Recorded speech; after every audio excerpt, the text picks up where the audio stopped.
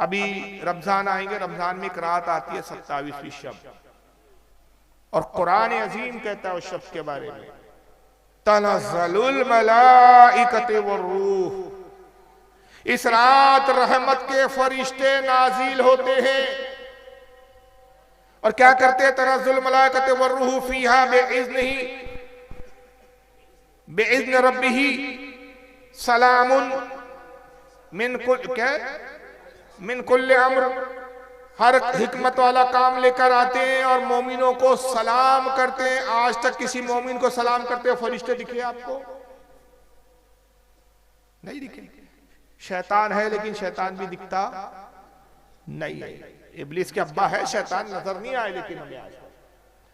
तो हर चीज जो नजर ना आए इस बात की दलील नहीं है कि वो नहीं होती। लेकिन चलिए, जर्जी साहब की एक जिद है। हम अदबन कहते हैं कि रसूलुल्लाह हमारी आंखों से उछल हो गए। हुजूर मौजूद है लेकिन हमारी निगाह नहीं देख सकते। हुजूर विशाल फरमा गए, हुजूर आंखों से उछल हो गए, हुजूर पर्दे में है। हमारे और हुजूर के दरमियान में गैबी पर्दा है, उस पर्दे की बुनियाद पे हम रसूल को नहीं देख पाते हैं। ये हम अदब में कहते हैं। लेकिन इस गुस्ताख जमात को अदब मंजूर नहीं। ये कहते हैं तुम कितना ही अच्छा लक़ब लगा लो, तुम कहो पर्दा कर गए, आंखों से उछल हो गए, हमारी निगाह देख नहीं पा रही। कितने ही अच्छे अलकाब में तुम कह दो, हकीकत तो यह है कि मोहम्मद सल्लल्लाहु अलैहि वसल्लम जिंदा नहीं है, तुम उनको जिंदा साबित नहीं कर सकते। तो मैं कुरान अजीम से एक जवाब देता हूं कि इंसान की हकीकत कुरान बयान करता है। पारा 14 सूरह नहल आयत नंबर 4। अल्लाह फरमाता है खलकल इंसान मिन नुतफतिन फइज़ा हुवा खसीमुम मुबीन। अल्लाह फरमाता है कि हमने इंसान को एक गंदे नुतफे से, गंदे पानी से पैदा किया। नुतफा समझता है ना आपको? हिंदी में मनी बोलते हैं। हर इंसान की तखलीक उसी से हुई। कितना गंदा नुतफा है, कितना गंदा पानी है, जिस्म से खारिज हो जाए गुस्ल फर्ज हो जाए। जिस कपड़े पे लग जाए, कपड़े नापाक हो जाए, उस कपड़े में नमाज नहीं पढ़ सकते। जब तक गुस्ल ना करो नमाज नहीं पढ़ सकते, कुरान नहीं छू सकते, कुरान नहीं पढ़ सकते। गंदा नुतफा, और उसी से इंसान पैदा हुआ। तो जर्जिस भी किस चीज से पैदा हुआ? अरे भाई, वो तो कुरान कह रहा मैं भी उसी से पैदा हुआ, आप भी उसी से पैदा हुए। इनकार की तो कोई गुंजाइश ही नहीं है। कुरान कह रहा हमने इंसान को नुतफे से ही पैदा किया, नापाक नुतफे से पैदा किया। तो जर्जिस भी नापाक नुतफा। तो जर्जिस की असल क्या है? नापाक नुतफा। असल तो यही है। तो जब जर्जिस जलसे में आए, जलसे में बुलाइए और फिर ऐलान कीजिए हजरात रास्ता छोड़े, गंदा नुतफा चला आ रहा है। फिर तकरीर के लिए ऐलान करे हजरात लीजिए अब आपके सामने गंदा नुतफा तकरीर फरमाएंगे। और कोई इसका चाहने वाला कहे यार ये मौलाना को आप कैसे अलकाब से कैसे नाम लेके पूरे, तो फिर उसी लबो लहजे में आप जवाब दीजिए कि भाई इनको मौलाना कहो, अल्लामा कहो, कारी कहो, हजरत कहो, हुजूर कहो, हफजुल्लाह कहो, दामद बरकतुम आलिया कहो, मद्दजिल्लाह वाली कहो, कुछ भी कहो, हकीकत तो ये है तो गंदा ही नुतफा। हकीकत तो यही है। जी जी। तो जो हकीकत ये अपने मौलियों के लिए कबूल करने के लिए तैयार नहीं, बड़ी बेबाकी से ये हराम को रसूलुल्लाह के बारे में बोल। लेकिन हमें हदीसें तो कुछ और बताती है। ये अपना नाम अहले हदीस रखते हैं, अपने आप को अहले हदीस कहते हैं, लेकिन दर हकीकत हदीस और कुरान से इनका दूर दूर का भी ताल्लुक नहीं होता। आइए हदीस पाक क्या है मैं आपके सामने पेश करता हूँ।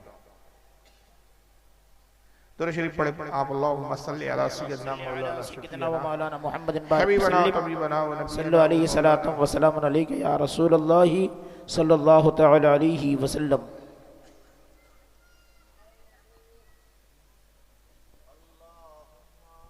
अल्लाहु रब्ब मुहम्मदिन सल्लल्लाहु अलैहि वसल्लम नहनु इबादु मुहम्मदिन सल्लल्लाहु अलैहि वसल्लम सल्लल्लाहु तआला अलैहि वसल्लम। अल्लाहु रब्ब मुहम्मदिन सल्लल्लाहु अलैहि वसल्लम नहनु इबादु मुहम्मदिन सल्लल्लाहु अलैहि वसल्लम सल्लल्लाहु तआला अलैहि वसल्लम। अल्लाहुम्मा सल्लि अला सय्यिदना मौलाना मुहम्मदिन बारिक वसल्लिम सल्लु अलैहि सलातु व सलामन अलैका या रसूलल्लाह सल्लल्लाहु तआला अलैहि वसल्लम।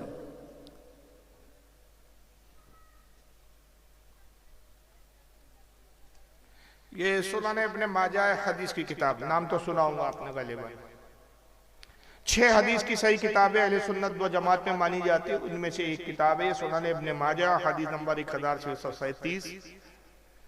आइए इमाम इब्ने माजा इस हदीस में किताबुल जनाइज में हदीस लाए हैं। क्या बयान करते हैं? अन अबी दरदा रदियल्लाहु ताला अन्हु काला काला रसूलुल्लाह सल्लल्लाहु अलैहि वसल्लम अक्सरुस सलाता अलैया यौमिल जुमा। आका सल्लल्लाहु अलैहि वसल्लम ने इरशाद फरमाया, अबू दरदा रदियल्लाहु ताला अन्हु रिवायत करते बयान करते हैं कि रसूलुल्लाह ने फरमाया कि ऐ लोगों, जुमे के दिन मुझ पर खूब कसरत से दुरूद शरीफ पढ़ा करो। फइन्नहु मशहुदुन तशहुदुल मलाइका, इसलिए कि जुमे के दिन बहुत ज्यादा बड़ी तादाद में फरिश्ते मेरी बारगाह में हाजिर होते हैं। फ़इन्ना अहदन लन युसल्लिया इलैया इल्ला उरिदत अलैया सलातुहु हत्ता यफरगा मिन्हा।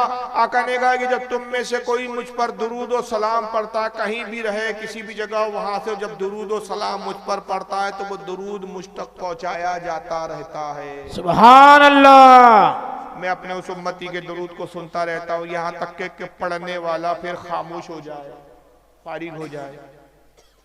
काला कुल तो बादल मौत। हजरत अबू दरदा कहते हैं कि साहबा ने पूछा, अल्लाह के नबी, अभी आप जिंदा है तो दुरूद सुनते हैं, क्या मौत के बाद भी आप दुरूद सुनेंगे उम्मतियों का? काला बादल मौत, फरमाया हाँ मैं मौत के बाद भी दुरूद सुनूंगा।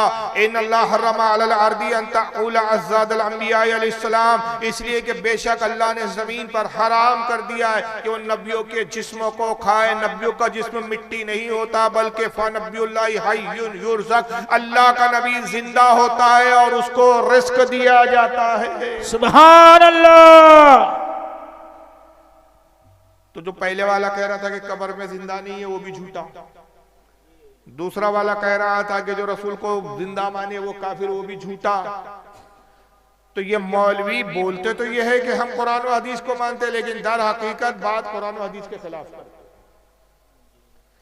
आखिर में मैं फिर एक चीज दिखा देता हूँ और इसी पर इख्तिताम करूंगा कि ये इनसे जो हमारे इख्तलाफात है, ये तो बहुत लंबी फहरिस्त है, छोटा सा बयान उसका मुतामिल नहीं हो सकता कि क्या क्या इख्तलाफात है। लेकिन मैं 3 वीडियो यहाँ पर एक चीज दिखाना चाहता हूँ आपको कि ये अहले सुन्नत को बदनाम करने के लिए झूठ भी बहुत बोलते हैं।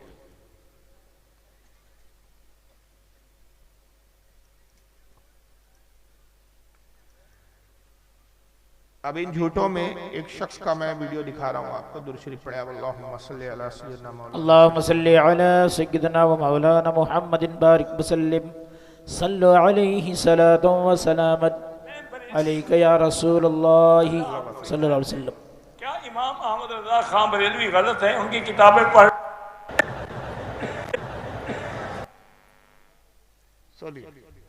पहले तारुफ सुन लीजिए। कौन ये? इसका नाम है मौलवी शेख मक्की,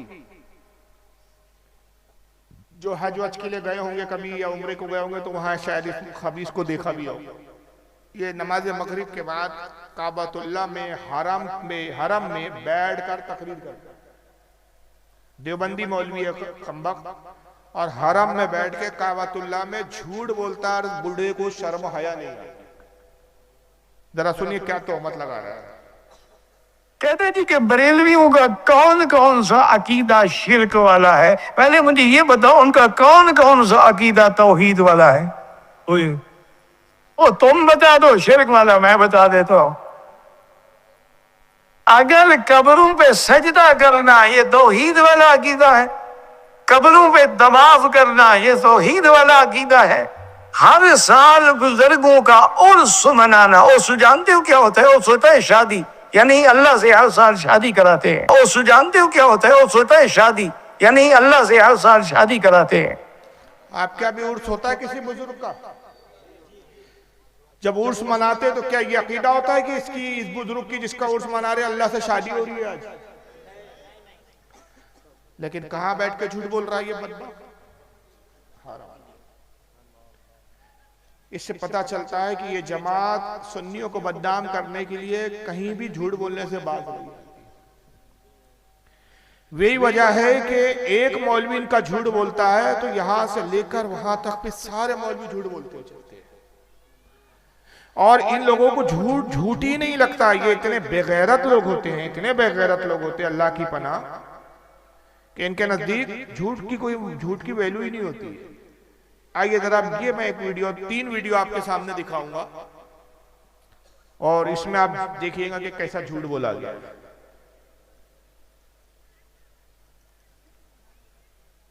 सुनिए, ये पहली जर्जिस की वीडियो। एक किताब आती है सीरत गौसे पाक के नाम से, इंडिया की छपी हुई है, बॉम्बे से छपी हुई है। सीरत गौसे पाक हाजी अली की दरगाह पे मिल जाएगी, थोक के भाव बिकती है किताब। कीमत भी बहुत ज़्यादा नहीं है, सिर्फ 75 रुपये इंडियन करेंसी। लिखा है 181 सफ़े पर देखेंगे, लिखा हुआ है गौसे आजम दस्तगीर। अब दस्तगीर का माना देखिए क्या लिखा हुआ है। बड़े पीर साहब ने अल्लाह से कहा कि दिखाओ ये सातों आसमान तूने कैसे बनाए। मैं ये दिखलाना चाहता हूं शिर्क के नुकसानात क्या हैं। जब शिर्क इंसानी जिंदगी में आता है तो ये अल्लाह के मकाम और मर्तबे को किस तरह घटाता है। बड़े पीर साहब अल्लाह से कह रहे हैं, गौसे पाक अब्दुल कादिर जिलानी, कि मुझे दिखलाओ ये सातों आसमान तूने कैसे बनाए। गोया कि ये इंजीनियर थे, सिग्नेचर इनको करना थे। अल्लाह ताला इनको लेके चला। पहला आसमान देखा, कहा बिल्कुल ठीक। दूसरा देखा, कहा मुस्तहसन, अच्छा है। तीसरे को भी पास कर दिया। चौथे आसमान पर जब अल्लाह पहुंचा तो उसको भी पास कर दिया कि ये भी ठीक। छठे आसमान पर जब अल्लाह पहुंचा, महात्माओं छठे पर, तो वहां से अल्लाह का पैर फिसला। बड़े पीर साहब का पैर नहीं फिसला, मैं बोलने में गलती नहीं कर रहा हूं, अल्लाह का पैर फिसला। और छठे आसमान से अल्लाह गिरा और वो गिरकर नीचे चौथे आसमान पर आया। बड़े पीर साहब ने अपना दाहिना हाथ बढ़ाया और अल्लाह को खींच लिया, पकड़ के उनको उठा लिया, गिरने से, जमीन पर आने से उनको रोक लिया, हाथ पकड़ा और उनको खींचा और ऊपर चढ़ा लिया। उस दिन से उनका नाम पड़ गया दस्तगीर, हाथ बढ़ाकर अल्लाह को खींचने वाला। यह दस्तगीर का माना यह है, हाथ बढ़ाकर अल्लाह को खींचने वाला। मैं समझता हूं कि अल्लाह की जो रुसवाई और जिल्लत इस फिरके ने की है, शायद हिंदुओं की मजहबी किताबें भी अगर आप पढ़ डालें तो ये नहीं मिलेगा आपको। ये हमारे ताल्लुक से इससे झूठ बोला है कि एक किताब आती है सुन्नियों के यहाँ, बरेलियों के यहाँ, और किताब कहाँ मिलती है? हाजी अली की दरगाह। आज तक वो किताब का एक टुकड़ा भी नहीं मिला। हाजी अली की दरगाह पे किताब मिलती है, कीमत 75 रुपए है, कीमत भी बता रहा है, मिलने की जगह भी बता रहा है कि जगह का नाम जहां किताब मिलती है हाजी अली है, किताब 75 रुपए की है, और उसके अंदर लिखा हुआ है सफ़ा 179 पर पेज नंबर भी बता रहा है। जब इतने परफेक्ट हवाला देगा तो सुनने वाला समझेगा कि मौलाना झूठ नहीं बोल सकता। मगर अक्लमंद आदमी जो होगा ना, थोड़ा सा जिसको शऊर हो, तो समझ लेगा कि इससे बड़ा कज़्ज़ाब और झूठा नहीं है। इसलिए कि कोई भी किताब उस वक्त तक अहमियत की हामिल नहीं होती जब तक किताब के मुसन्निफ का कोई अता पता ना हो। पूरे बयान में उसने एक जगह भी नहीं बयान किया कि इसका लिखने वाला कौन है, इसके अब्बा ने लिखा कि इसकी अम्मी ने लिखा, किसने लिखा। भाई सुन्नियों में तो किसी ने लिखा नहीं ऐसी किताब। 10 साल से मैं चैलेंज करता हुआ आ रहा हूं, 10 साल होने का अरसा आ गया कि अगर तू वाकई हलाली है तो हमें असली किताब दिखा दे। मगर वो 10 साल से साबित कर रहा है कि मैं हलाली हूं नहीं। अगर हलाली होता तो किताब दिखा देता। और इसकी जरूरत आज तक इसका ये झूठ धो रही है।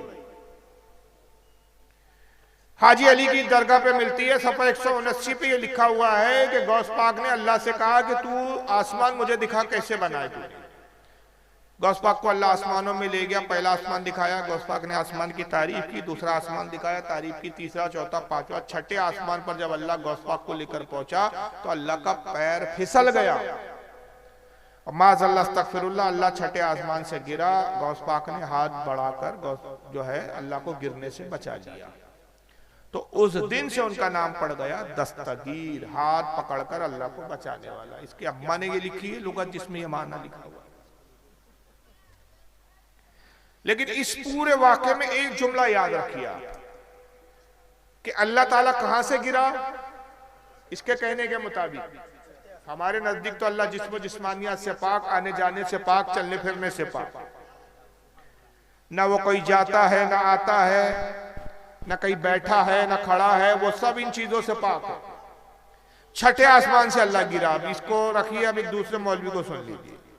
इसका नाम है जावेद उस्मान रहमान, चेन्नई का रहने वाला, इंडिया चेन्नई, जिसको मद्रास कहा जाता था पहले। अब उसी वाक्य को ये सुना रहा है। ये कैसे सुनाता है दरअसल?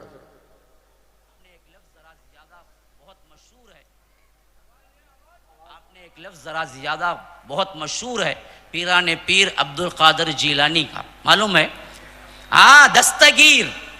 दस्तगीर बहुत मशहूर है और लोग भी क्या हैं, बहुत से लोग दस्तगीर रखे हुए भी हैं। तो दस्तगीर है हाथ पकड़ने वाला। और ये लक़ब अब्दुल कादिर जिलानी को कैसे हुआ मालूम है आपको? इसके बारे में वाक़िया लिखते हैं। कहते हुए भी डर लगता है कि कहीं हमारे तौहीद में खलल ना आए, लेकिन इस वजह से नकल कर रहा हूं ताकि तौहीद आपके जहनों में बैठ जाए। तो लोग लिखते हैं कि एक मर्तबा अल्लाह और अब्दुल कादिर जिलानी दोनों सैर को गए थे। हाँ, सैर, बाग में टहलते टहलते, बाग में टहलते टहलते, नाऊज़ बिल्लाह सुम्मा नाऊज़ बिल्लाह, अल्लाह का पैर फिसला करते, अब्दुल कादिर जिलानी पकड़ को उठाए गए। हाँ, याद रखिए, ये बिल्कुल उसी के लिए वह नाम पड़ा हुआ है। अल्लाह और गौस पाक बाग में सैर कर रहे थे। जर्जिस ने कहा आसमान में गए, वहां से गिरा अल्लाह, छठे आसमान से दूसरे आसमान तक गिरते हुए आया, गौस पाक ने पकड़ के बचा दिया। ये मौलवी कहता है बाग में सैर कर रहे थे, पैर फिसला अल्लाह का और गौस पाक ने गिरने से बचा लिया। तीसरा मौलवी सुनिए, उसी जमात का, एक ही जमात के कार्टून है ये सारे, मगर इनमें कंपटीशन होता है कि तू बड़ा झूठा कि मैं बड़ा झूठा, तू अपने बाप इब्लीस का सच्चा जानशीन कि मैं सच्चा जानशीन।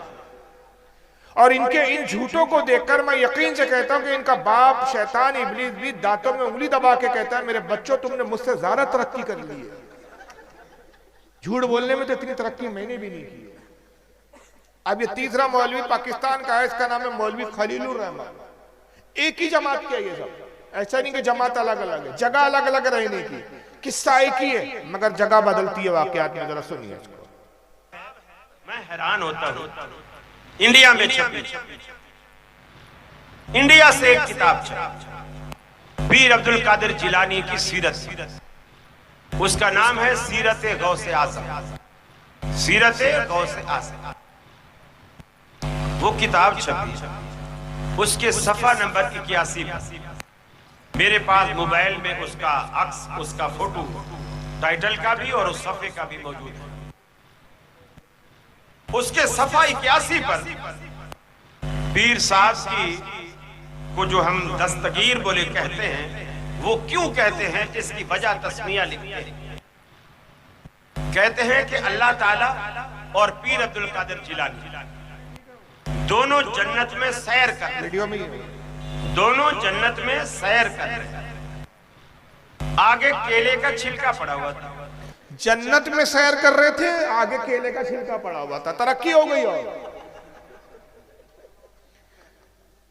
आसमान भी नहीं था, बाग भी नहीं था, जन्नत आ गई और जन्नत में भी केले का छिलका आ गया। इसकी अम्मी ने खा के छोड़ा था वो केले का छिलका। जाहिल देखो, हराम खोरों को झूठ बोलने में शर्म नहीं आती। दोनों जन्नत में सैर कर रहे, आगे केले का छिलका पड़ा हुआ था। नऊज़ बिल्लाह, नऊज़ बिल्लाह, नऊज़ बिल्लाह। अल्लाह की नजर न पड़ी, पांव पड़ गया। केले के छिलके पर अल्लाह की नजर न पड़ी, पांव पड़ गया। फिर केले का छिलका क्या करता है वो तो आपको पता ही है। अल्लाह फिसल गया, नऊज़ बिल्लाह बिन ज़ालिम। और पीर अब्दुल कादिर जिलानी चूंकि हाथ पे हाथ दे के चल रहे थे जन्नत में, तो जब अल्लाह ताला नऊज़ बिल्लाह फिसले तो पीर साहब ने फौरन हाथ खींच लिया, तो अल्लाह को गिरने से बचा, अल्लाह ताला को गिरने से बचा। तो अल्लाह ताला ने कहा, ऐ अब्दुल कादिर जिलानी, तूने हमारा हाथ पकड़कर हमें गिरने से बचाया है, जाओ आज से तुम्हारा लक़ब दस्तगीर। किस्सा पूरा वही है, लेकिन एक आसमान की बात करता है, एक बाग की बात करता है, एक जन्नत की बात करता है। और कमाल यह है कि ये पूरा वाक़या किसी किताब में हमारे अहले सुन्नत की है ही। सिर्फ ये बयान करके बताना ये चाहते कि देखो सुन्नियों का, बरेलियों का अकीदा कितना गंदा है कि खुदा की भी ताज़ीम इज्जत नहीं करते, जबकि मैं हवाले से और दलील से बताता हूँ कि इनका अकीदा क्या है खुदा के बारे में, अल्लाह के बारे में, माज़अल्लाह अस्तग़फिरुल्लाह, और दलील के साथ हवाला गलत साबित करने पर जो चोर की सजा वो मेरी सजा। और मैं ये कहूँगा कि 1 लाख ले लो, 2 लाख ले लो, इनके पास पैसों की कमी नहीं है। अब वो लाखों का चैलेंज वाला दौर खत्म हो गया। बहरहाल किताब दिखाने मेरी जिम्मेदारी। आइए देखिए किताब, यह है फतावे रशीदिया, यहाँ पे टेबल पर भी रखी हुई है, ये लाल कलर की, मौलवी रशीद अहमद गंगोई की लिखी हुई है, सफा नंबर 97 है, 97। उस पर लिखते हैं कि पस साबित हुआ कि किस्म दाखिले तहते कुदरत बारी ताला जल्ला व आला है, क्यों ना हो वह हुआ अला कुल्ली शैइन कदीर। ये बहुत गाढ़ी उर्दू थी, आपको कुछ भी पल्ले नहीं पड़ी, मैं आसान करके कहता हूँ। किस्म के मायने होते हैं, अरबी जबान का लफ्ज है, ये उर्दू में भी इस्तेमाल होता है। किस्म के मायने होते हैं झूठ। कहता है कि पस साबित हुआ किस्म दाखिले तहते कुदरत बारी ताला जल्ला वाला, यानी अल्लाह ताला के इख्तियार में है, कुदरत में, कि वो चाहे तो झूठ बोल सकता है। अस्तगफिरुल्लाह। और वो झूठ बोलता है क्यों? कि वो खुद फरमाता है वह हुआ अला कुल्ली शैइन कदीर, वो हर चीज पर कादिर है, तो झूठ बोलने पर भी कादिर है। माज़अल्लाह, अस्तगफिरुल्लाह। ये झूठा इल्जाम तो हम पे लगा रहे हैं कि केले के छिलके पे अल्लाह का पैर फिसला और गिर गया, माज़अल्लाह, और गौस पाक ने बचाया, जबकि झूठी बात है, हमारी किसी किताब में नहीं हमारा अकीदा है, क्योंकि हम अल्लाह को जिस्म जिस्मानियत से ही पाक मानते हैं। लेकिन ये किताब में लिखा दिखाना हमारी जिम्मेदारी है। और आइए अल्लाह की तौहीन और कैसे की इन बदबख्तों ने।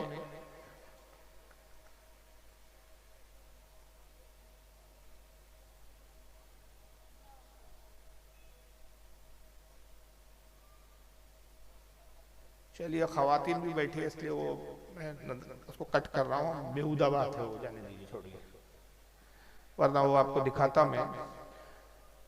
बल्कि एक किताब है, उसका नाम है, अब वो मेरे पास है, दिख नहीं रहा, ढूंढना पड़ेगा, सवाने कासमी, मौलवी कासिम नानातवी की सवाने लिखी गई, और उसमें लिखा गया है कि बचपन के आलम में मौलाना कासिम नानातवी ने ख्वाब ये देखा कि वो अल्लाह की गोद में बैठे हुए हैं।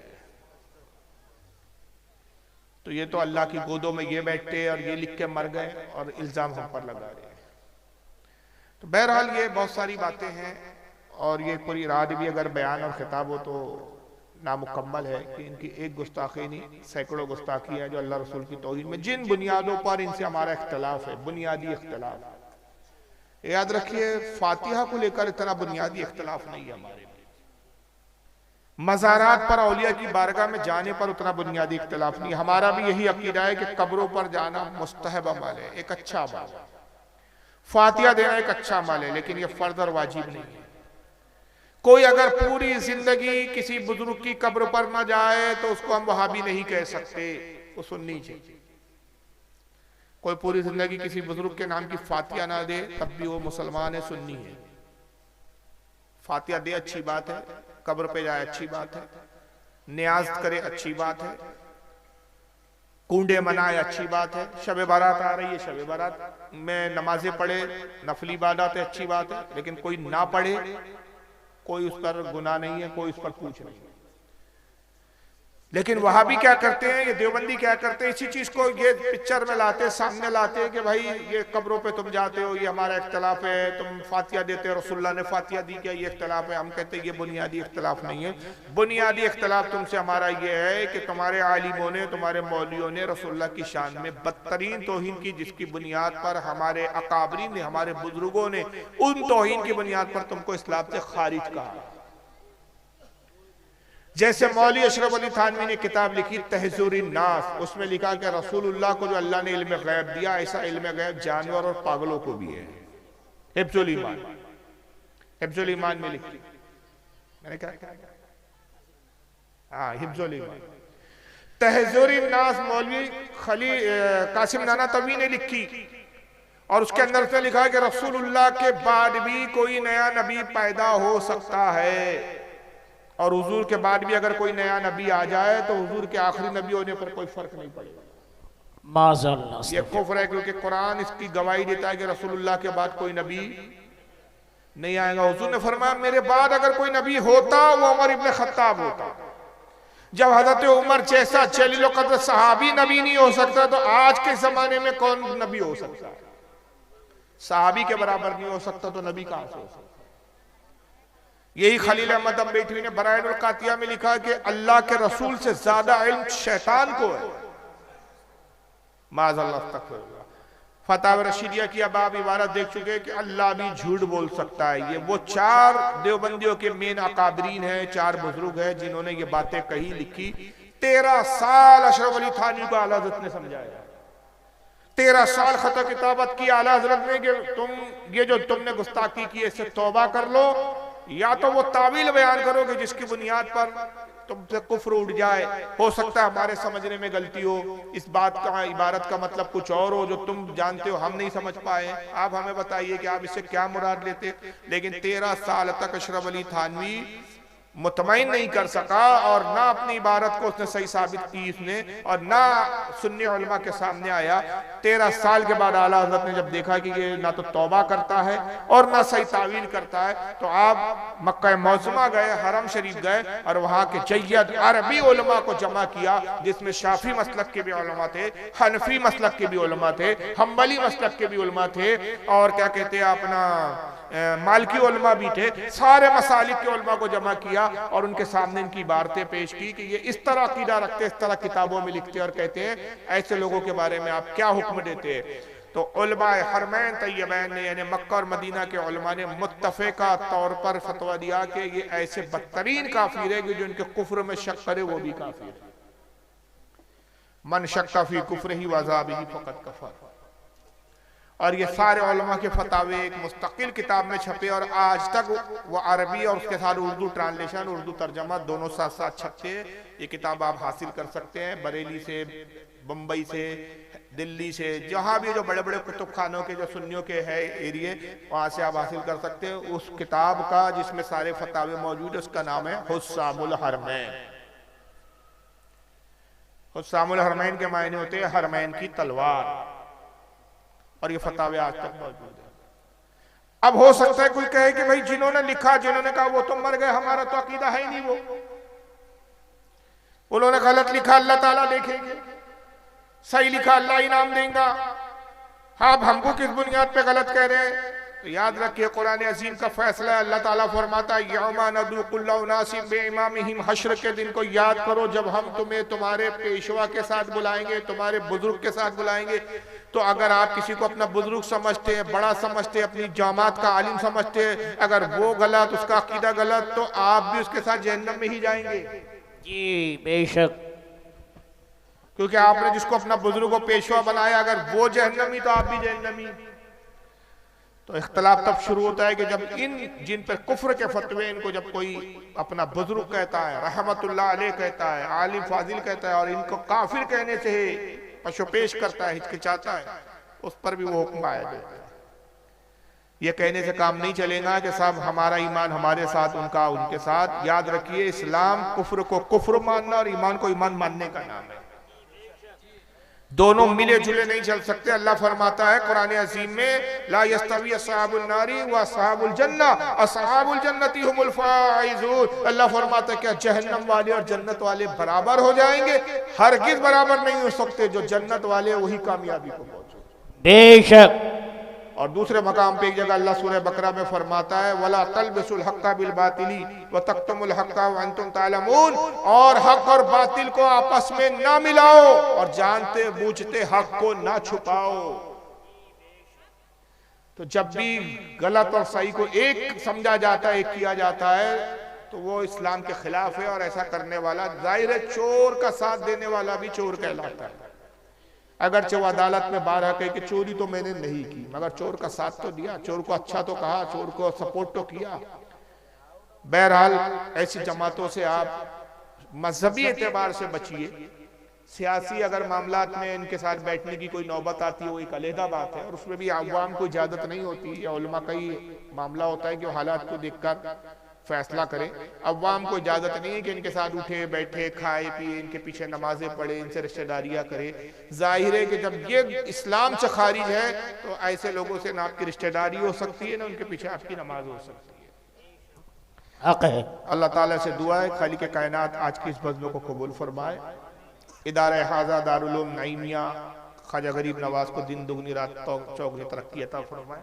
आमीन। सवाल पूछ लीजिए, किसी को कुछ पूछना हो तो पूछ सकते हैं। हेलो, अस्सलामु अलैकुम रहमतुल्लाहि व बरकातुहू। वालेकुम अस्सलाम व रहमतुल्लाह। हजरत, एक सवाल था कि अभी के दौर में सबसे पहले तो सब सुन्नी थे, अभी कुछ लोग कट के वहाबी बन गए हैं, लेकिन अभी ऐसा भी कई गाँव में है कि अपने आप को सुन्नी भी नहीं कहलाता है, देवबंदी भी नहीं कहलाता है, और जो है वो जो उन लोग अपने जमात के पीछे नमाज भी पढ़ते हैं और जनाजा के भी नमाज अपने इसके पीछे पढ़ते हैं, और जब कुरान खानी का वक्त होता है तो फिर सुन्नियों को बुला के कुरान खानी करवाता है। तो इनके लिए शरीयत में उस इमाम के हुक्म क्या है और उन लोगों के लिए क्या शरीयत का हुक्म है? पूरी तकरीर का निचोड़ यही था। तकरीर के अकीदा इनका, हमारा इख्तलाफ इनके अकीदे को लेकर है, और आपने खुद सुना और तस्लीम कर लिया कि भाई रसूलुल्लाह की शान में इन्होंने तौहीन की है। जी जी।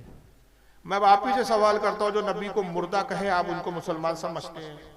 नहीं। जब हदीस और कुरान के खिलाफ ये अकीदा है, जब हदीस कहती है कि आका जिंदा है, नबी ने फरमाया आका अंबिया जिंदा है, नबी अपनी कब्रों में खाते पीते हैं, जिंदा होते हैं, और ये कहे कि हम तो नबी को मुर्दा मानते हैं माज़अल्लाह, और खुद इन्होंने हमें काफिर कहा इस बुनियाद पे, इसने कहा जो रसूल को जिंदा माने वो काफिर है, तो हम तो नबी को जिंदा मानते, तो इनके अकीदे के मुताबिक हम काफिर हुए। तो मैं इन्हीं से पूछता हूँ कि भाई जब तुम हमें काफिर कहते हो, हम मज़ारों पे जाते हो तो तुम हमें मुशरिक कहते हो, तो फिर मुशरिकों से कुरान खानी क्यों करवाते हो? जी हजरत, जो फिर जो सुन्नी उलमा जो जाते हैं उनके यहाँ कुरान खाने जाते हैं, इनके शादियों में शिरकत करते हैं, निकाह पढ़ाते हैं, या इनके पीछे जो नमाज पढ़ते हैं जानते बूझते करते हैं, मालूम है कट्टर बदअकीदा उसके बाद भी करते हैं, तो उन पर खुद तजदीद ईमान वाजिब है। उनका अपना खुद का निकाह उनकी बीवी से टूट गया। आपके बंगाल में सबसे बड़ा मसला यह है कि अवाम से ज्यादा यहाँ ढोलबुल मौलवी दिखते मुझे। खिलिया डंकी की चोट पे बोल रहा हूँ, बुरा लगे मेरी बला से मुझे परवाह नहीं है, मत बुलाना अगली बार में। वैसे भी थोड़ा सा आने में यहाँ हिचकिचाता ही है। सबसे बड़ा प्रॉब्लम यहाँ मौलवियों से आता है। मैं आपके बंगाल में एक इलाके में गया, वहाँ एक मौलवी साहब स्टेज पे ही बैठे हुए थे। एक शख्स ने, नौजवान ने सवाल किया कि हजरत वहाबी का निकाह पढ़ाना कैसा है? मैंने कहा बिल्कुल जायज नहीं, और जिसने पढ़ाया और उसको मालूम था कि ये कट्टर वहाबी है और उस वहाबी का कुफ्र जाहिर था, फिर भी उसने जानते पूछते पढ़ाया, तो इस मौलवी जिसने पढ़ाया उसका अपना निकाह टूट गया। उसमें स्टेज पे एक मौलवी साहब वही बैठे थे जो खुद पढ़ाते थे। जी जी सब। तो पूछने वाले ने कहा हजरत ये आपके स्टेज पे बैठे ये तो पढ़ाते हैं। मैंने कहा भाई आप क्यों पढ़ाते हैं? तो कहा हम नहीं पढ़ाएंगे तो दूसरा पढ़ा देंगे। मैंने कहा तो अजीब बात हुई, यानी ये तो ऐसा शराब रखी है तो आप ही ने पी ली, क्यों मैं ना पीऊंगा तो कोई दूसरा पी लेंगे? तो ये क्या बात हुई यार? हर आदमी को अपने अमाल का हिसाब देना है। तो सबसे बड़ा प्रॉब्लम आपके बंगाल के मौलवियों का है। बहुत कम मौलवी मुझे तो बहुत ही शायद ही कभी जिंदगी में मुझे याद पड़ता कि कोई ऐसा मौलवी यहाँ मिला हो जो बहुत कट्टर टन सुन्नी मिला हो, जैसे हमारे इधर होते। इतने कट्टर नहीं मिलते मुझे यहाँ। पिलपिले ही मौलवियों में ही पिलपिलाट ज्यादा दिखती मुझे यहाँ।